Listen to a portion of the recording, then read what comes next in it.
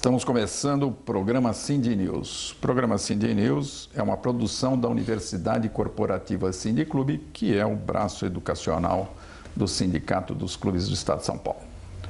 E falando em braço educacional e em educação e cultura, nós temos hoje como convidado o Rogério Cantoni, que vai falar sobre um jeito de fazer cultura e um jeito de fazer educação. O Rogério é graduado em jornalismo pela Faculdade de Jornalismo Casper Libero, é meu colega desta excelente faculdade de jornalismo, talvez não, a primeira faculdade de jornalismo em São Paulo e que está aí ainda hoje produzindo profissionais para esse mundo da mídia que o Brasil é tão desenvolvido já. E também teve atuações em rádio, TV, assessoria de imprensa, trabalhou em jornais e revistas. É um homem de mídia, foi correspondente em Moscou que experiência. nas emissoras da BBC de Londres e foi repórter da Eldorado e da Rede Bandeirantes também. E hoje ele tem um trabalho aí excelente que ele vai contar para nós, que é o de fazer cultura, fazer informação, educação através de um giro num ônibus double deck, onde se apresentam os atores e ele é o repórter fantasma dessa produção e ele vai falar sobre isso. Mas, Rogério, obrigado por você estar conosco. Eu que agradeço. Agradeço estar no seu programa, principalmente conversando com um jornalista, porque a gente está acostumado a entrevistar, né? Você está do outro lado. Não é fácil. Está sendo entrevistado. É um grande prazer estar aqui. Nós é que agradecemos a sua participação e para contar desse trabalho que você está fazendo, principalmente você que teve aí já tem uma carreira bastante extensa na área do jornalismo e agora você está fazendo um trabalho que é esse de mostrar a cidade de São Paulo, mas sob um ângulo diferente, inusitado. Literalmente inusitado. O que é este ângulo inusitado? Na verdade, Fraga, como jornalista, a gente no início da carreira também vira um cigano, né, da informação. A gente corre atrás de muita experiência, viaja, tem dupla jornada. Isso foi a minha vida, acho que a minha geração, a sua também foi. Nós somos colegas de formação da Casper Libero. E essas grandes viagens que a gente faz no início da carreira dão para a gente uma vivência e que eu até desejo muito que a geração chamada Y tenha isso, né? Eu até estou vendo que uma delas foi ser correspondente em Moscou. É o que acho que todo jornalista almeja, né? Experiência fora e viver outras culturas. E eu fiz isso, aprendi idiomas, eu fui muito precoce, eu diria, no jornalismo, procurando sempre de forma muito determinada as minhas oportunidades. E isso foi a primeira fase da minha vida que o jornalismo me deu esse dinamismo. Então, você me perguntou o que é o que eu faço hoje, e eu estou remontando um pouco, porque o jornalismo foi a primeira característica disso que eu criei. Foi a primeira grande vivência, que ainda não deixei de atuar, mas eu acabei tendo outras experiências, outras atuações. Me envolvi com a cultura. A cultura, eu fui produtor cultural, fui mestre de cerimônias em teatro, eu fui aprender a vender, por exemplo, que o jornalista está acostumado com a parte filosófica, né? Mas eu fui procurar vender, fui procurar fazer uma parte comercial, eu queria conhecer vários enfoques, né? Quando eu escrevia para uma revista, eu me interessava em saber os custos daquilo, não somente escrever. E isso me jogou para a cultura com essas atuações. E, posteriormente, como no jornalismo eu escrevia para suplementos de turismo, para publicações de turismo, fiz isso durante muito tempo, eu acabei entrando no turismo puro e trabalhando, por exemplo, com navios, com eventos a bordo. tanto na área de criação quanto na área comercial. Então, a soma de tudo isso, ao ver um turista, por exemplo, enquanto trabalhava com o turismo, seja escrevendo ou atuando em outra área, a forma com que ele desejava consumir um produto, reter uma informação, eu juntei as três. Então, eu acabei criando a Roxy Eventos, que é uma empresa recente, que traz a minha experiência, mas ela ainda é um bebê que está nascendo aí, de um ano. Mas já nasce com história. Já nasce com uma história. Com bagagem. E com uma certa irreverência, porque o que eu fiz?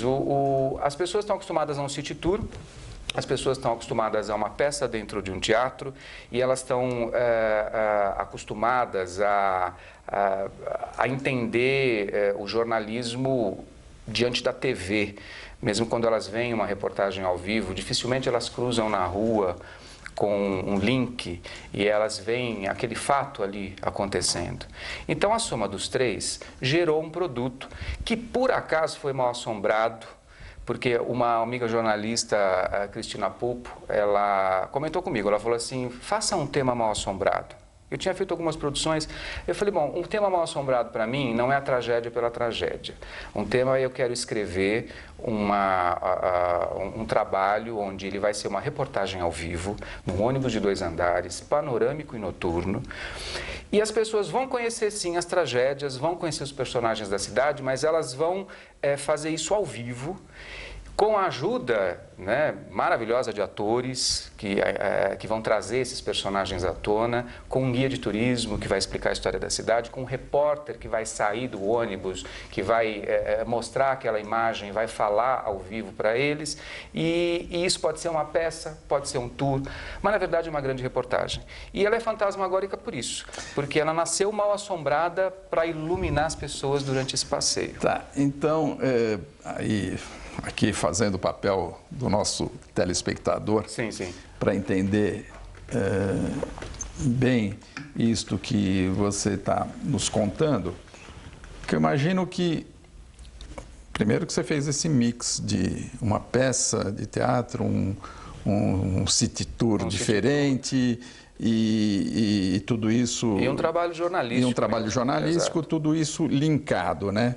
E aí você fala que você usou um viés fantasmagórico. A empresa quer desenvolver vários temas. Para fazer por acaso isso, ele começou com o Mal Assombrado. Então, e você diz que esta apresentação, na qual você conta com atores e outros profissionais, você diz, eu trato dos fantasmas. Então, quando você diz os fantasmas, você fala... Você está querendo dizer os fantasmas concretos, né, que são as dificuldades que as pessoas encontram aí para sobreviver numa cidade, numa metrópole como São Paulo. E você também inclui fantasmas psíquicos, os fantasmas que cada um enfrenta e carrega ao longo da vida. Da vida ou da vida depois da vida, da morte, a gente não sabe o que acontece, né? Independentemente da crença. Então, mas e aí o que eu digo é o seguinte, inclui aí filosofia também, né? Conta um pouco como é que faz esse espiritualista. Eu acho que esse mix todo aí. Eu tenho essa trajetória, né? Eu tenho a minha filosofia, ela já é mais espiritualista. Então eu vejo até como repórter, na experiência como repórter, assistindo às tragédias de perto, isso mexe com o nosso emocional, né? Independentemente da gente só relatar, reportar, isso mexe com o emocional. E a gente também vai fazendo as nossas buscas, né? Então ele é espiritualista sim. Então eu quis Mal Assombrado, iluminando as pessoas, porque o assunto nesse tema, nesse passeio específico, é a morte. Mas existe o arquétipo da morte, o fantasma de cabelo branco, de dentes podres, né? Com aquela elegância, altivo, mas ao mesmo tempo ele está se degradando, ele vive num mundo imaginário.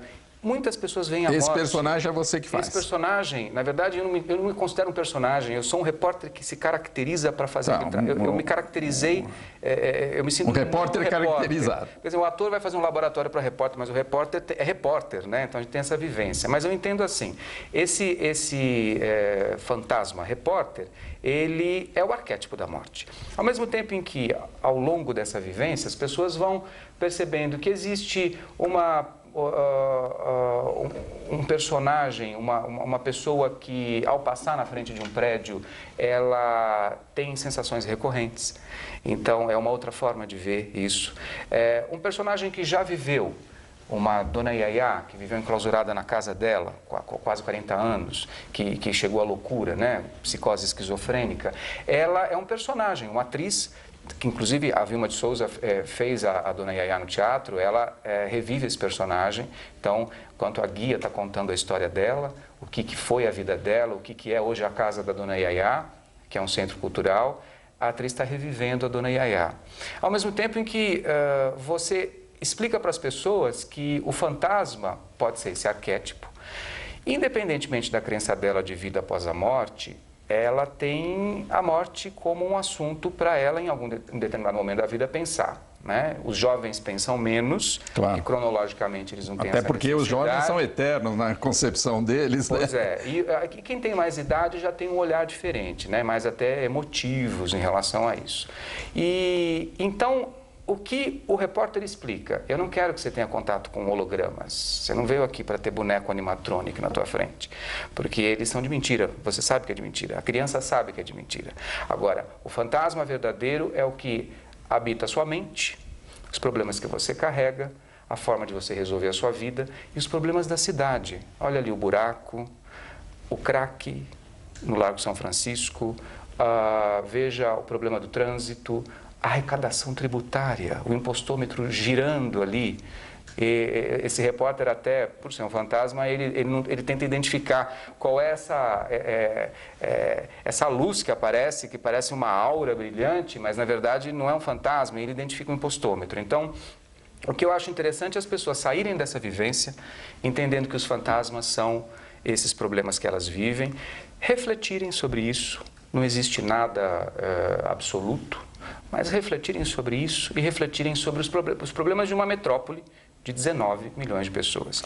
Tá, mas do ponto de vista assim, da filosofia de vida, você faz um tratamento nesta coisa toda, espiritualista, e com foco também na morte. Porque a morte é uma coisa absolutamente natural, né? Exatamente. As pessoas querem se assustar com a tragédia, mas elas podem refletir, entender o que foi aquilo. E aí você trata isso. Exatamente. Porque até mesmo o que fez crescer essa experiência, e as pessoas gostaram muito, e de uma forma muito respeitosa, a Prefeitura, a Secretaria de Serviços Funerários, permitiu que nós fizéssemos a cena final no Cemitério da Consolação, que é um cemitério histórico, é o primeiro cemitério dos 22 que existem hoje no município. É muito bonito. É muito bonito, ele é histórico, ele é um museu a céu aberto. Ninguém visita, é claro, por causa disso, por causa da relação com a morte. Então, ali você tem obras de arte, você tem Brecheret, você tem personagens, presidentes, Washington Luiz, Campos Salles, você tem uma Tarsila do Amaral, uma Guiomar Novaes, você tem toda a história contada naquelas ruas. E ele começa com essa história, porque já que é a morte, a gente está diante do cemitério que começou no Império.